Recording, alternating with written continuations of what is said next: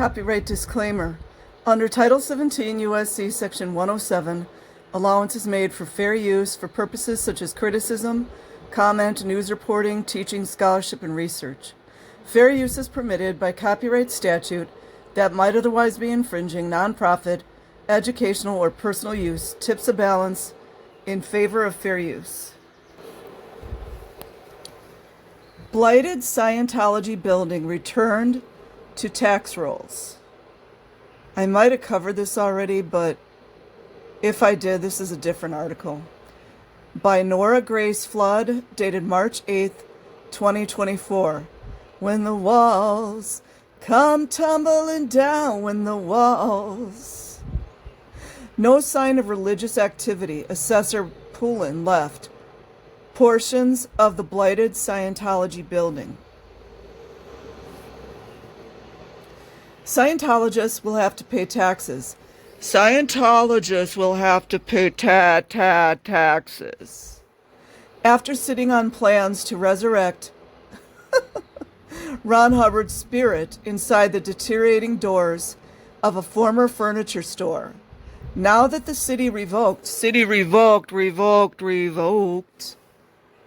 the church's tax-exempt status. Acting city tax assessor Alex Poulin informed the Church of Scientology of Connecticut, Incorporated, in a notice dated February 2nd, that the organization must pay taxes this coming July on the property at 949 Wally Avenue, which has remained largely tax-exempt for 2 decades. That's because Poulin said the property is not being used for a tax-exempt purpose. Poulin said the property is not being used for a tax-exempt purpose. Built as a Masonic lodge in 1930, you guys know, the property last served as the home of Halleck's Furniture Store.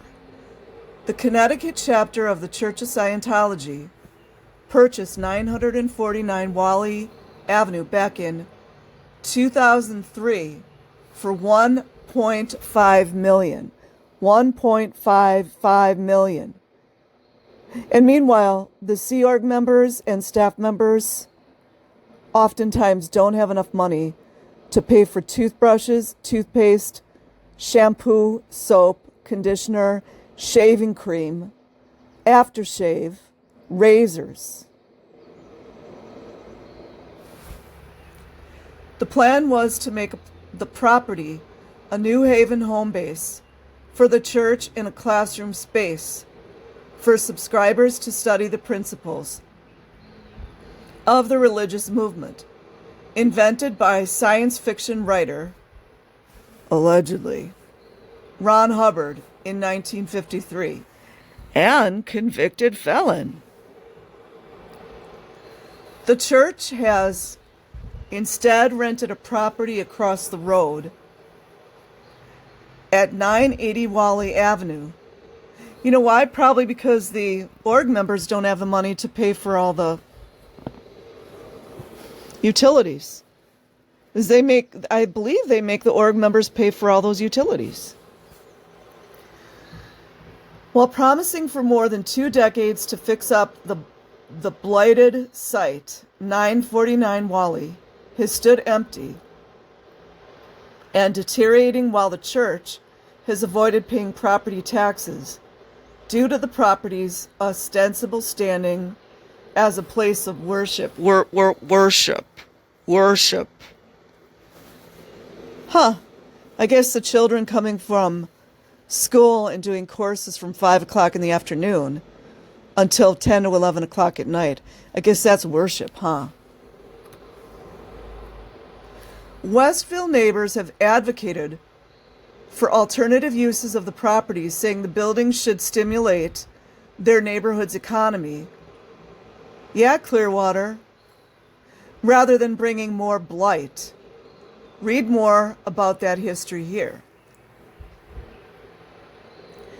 Poulin wrote in his notice to the church that because there is no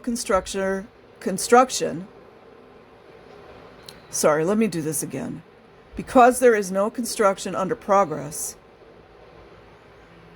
at 949 Wally to convert the property into a religious space, the building can no longer receive consideration as a place of worship that could merit tax exemption. Could it be they were afraid that the public people were going to see them working children in construction? Inquiring minds want to know. The latest estimated assessment of the property is $2,071,230. Under the current mill rate of 37.2, the church would owe $77,050 to the city for 2023. The exact property taxes owed will be determined once a new mill rate is set, and the corporation will be billed come July. Cha-ching, ching, ching. The assessor sent the letter following a separate notice from the city's government Livable City Initiative, which found the church in violation of the Anti-Blight and Property Maintenance Ordinance. The Anti-Blight and Property Maintenance Ordinance. A January 30 inspection found that the building's exterior is dilapidated and showing decay from lack of upkeep. Deterioration and staining can be observed on the building's exterior walls, doors, and windows, and residents of the area have complained about blight and neglect, serving as a hindrance to enjoyment of adjacent properties. Listen up, Clearwater. The church was given a 10-day deadline to correct or abate those violations. Otherwise, LCI's Frank D'Amore threatened a civil citation, which could result in fines of up to $100 per day that each violation continues, which would translate to a fine of $300 per day. Those fees have not yet been levied, according to D'Amore, because of ostensible work underway by property ownership to gain code compliance. Graffiti has been removed from the building's exterior. You guys know that was Scientologists that had to do that. D'Amore stated, and the church has proposed yet another timeline to LCI to remedy outstanding structured woes. The church promised LCI that contractor mobilization will begin by June 24th. The church claimed to be soliciting bids from potential contractors. Oh, you mean you're not going to have your children do it? I thought it was always the children doing all that work. Huh.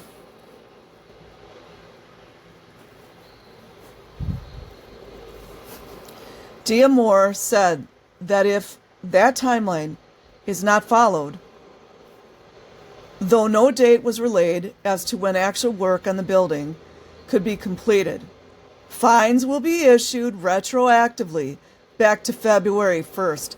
That's a lot of money. If I had a calculator in front of me right now, I would calculate it. Well, let's see. Now we're in August, so that's... let me think. February, March, April, May, June, July, August. It's 7 months. $300 a day. Take 30 times 3. What is that? What is 30 times 3? I don't know, like 900, 9,000? I'm not sure. The most recent plan... representatives of the church did not respond to, of course they didn't, to numerous requests for comment for this story. The most recent plan to develop the site, put forward by the church and approved by the city theoretically, expired back on November 14th, 2023. However, City Plan Director Laura Brown told The Independent that the application is actually protected through 2032 by a provision within Chapter 124 of the Connecticut General Statutes. Section 8-3K states that any city zoning approvals which took place after July 2011 but before July 2021 will not expire less than 14 years after the date of approval.